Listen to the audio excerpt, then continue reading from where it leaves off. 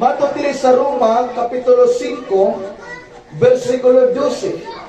Ang Bible nagsulti, miabot sa kalibutan ang sala, pinaagi sa usa ka tawo, ug ang sala nagdalag kamatayon.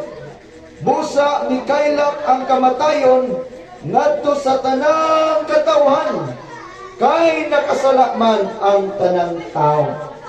Magamputa alang sa pulong.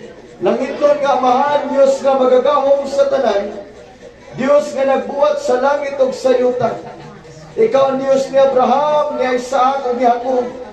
Ikaw ang Dios sa mga apostoles. Ikaw sab sa gihapon ang Dios nga among gisampit nining orasa karon. Dios nga among pasidunggan. Ikaw ang Dios nga tinubdan sa kinabuhi. Nasayod kami nga ikaw naghatag ug ikaw sa pangadunay katungod nga mubawi. Amo kang pasalamatan nining gasa sa kinabuhi nga among nabatunan. Apan Ginoong Dios tagaimi sa imong mensahe nga masabtan namo ang dakong bilian ning kinabuhi na namo karon. Nga samtang buhi pa kami, magbaton kami og tinud-anay nga pag-ila kanimo o pag-alagad kanimo labaw sa tanan. Tungod kay nasayod kami nga among kinabuhi temporaryo lamang nining ibabaw sa yuta. Adunay kinutuban ang among kinabuhi.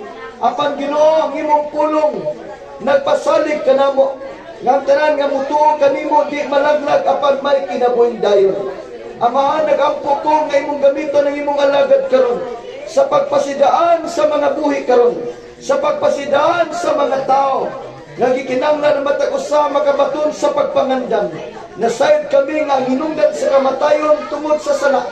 O Lord, among gidawat ang kamatuoran nga matag usa kanamo adunay kapakyasan. Giangkon namo nga kami nakasala batok kanimo. Apan salamat kayo nga ikaw nagpasalig nga andam ka mo pasaylo kanamo sa tanan nga dunay seryosong pagpangayong pagpasaylo. Amahan, taga-inis imong mensahe karon nga masabtan namo sa yano ang imong katuyuan. O ingon man usab Ginoong Dios ang tibok banay pamilya karon maghatag og mensahe sa paghupay nga labaw sa tanang imong pulong maglig-on aron nga matag usa makabaton sa kasiguraduhan sa kinabuhi. Amahan, kini nga serbisyo imo ning bendisyonan nga dili nimo labay kawa ang imong pulong matanong sa matag kasing-kasing o magapanliyo o magapanggahom sa matag hunahuna o sa matag kasing-kasing.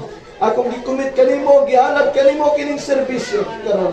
Salamat sa tubag sa mga pagampo. Himayag dungog alang lamang kanimo. Kini akong gipangayo sa ngalan sa Amahan, sa Anak, o sa Dios nga Espiritu Santo, ang tanan magaingog. Amen.